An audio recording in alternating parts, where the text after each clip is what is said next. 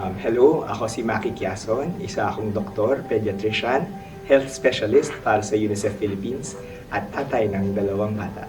So yung heat wave, ito yung mga panahon na merong ilang araw na napakatindi talaga ng init na pwede ito makaapekto sa ating kalusugan at sa mga pang-araw-araw natin na gawain. Ang mga bata, lalong-lalo na yung mga murang-mura pa ang edad, mas sensitibo sila sa mainit na panahon kasi hindi pa ganun ka-develop ang kanilang katawan.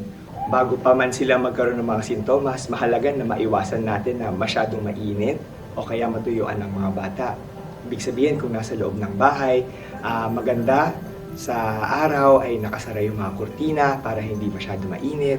Siguraduhin maganda yung daloy ng hangin sa bahay. Tsaka siguraduhin na palagi silang merong naiinom. Kung sa mga bata, tubig. Kung sa mga sanggol ay magpapasuso si nanay.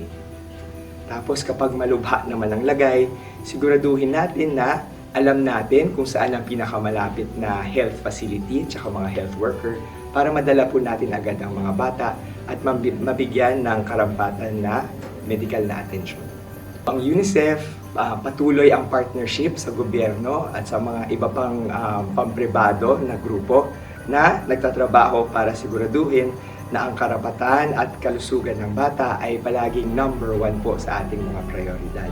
Sa level po na nagbibigay ng serbisyong kalusugan, sinisigurado natin na ang mga health worker natin ay tama po ang training, alam ang gagawin kapag naiinitan ng bata, alam ang gagawin kapag natutuyuan ng bata, at higit sa lahat, alam nila kung paano magbigay ng tamang payo sa mga magulang at sa mga pamilya para halagaan ang kanilang mga anak.